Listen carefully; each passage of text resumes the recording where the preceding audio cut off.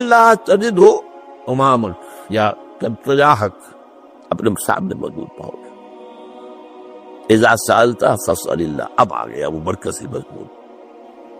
دیکھو جب مانگو اللہ سے مانگو، غیر اللہ کے سامنے ہاتھ دراز کرو ہی مت۔ ایک حدیث میں آتا یعنی حرام نہیں ہے، دنیاوی قواعد اصول قوانین کے تحت کسی سے مدد چاہنا، کوئی سوال کرنا حرام نہیں ہے۔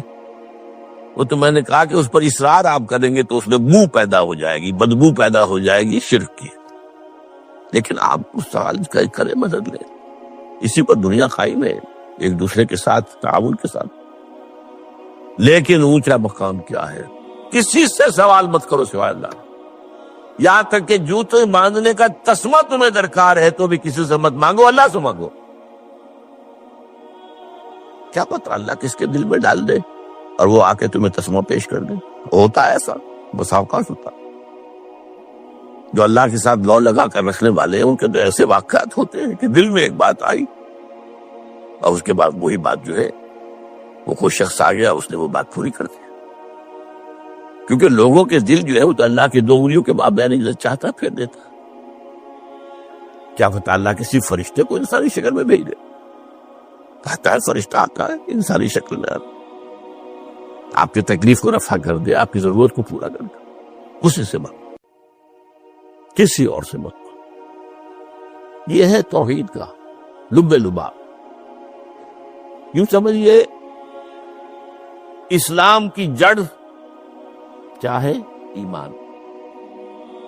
اسلام کا جو خارجی نظام عمل ہے، انفرادی اعمال ہو اجتماعی ہو، ان سب کی روح رواں کیا ہے؟ ایمان۔ ٹھیک، ایک بات ہو گئی۔ ایمان کا خلاصہ لب لباب کیا ہے؟ ایمان باللہ،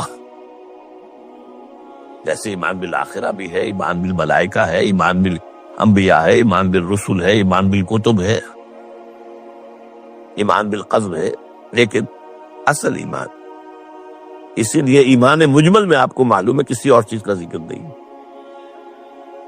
آمنت باللہ کما ہوا باسمائہ وصفاتہ وقبلت جمیع احکامہ اقرار باللسان وتصدیق بالقلب۔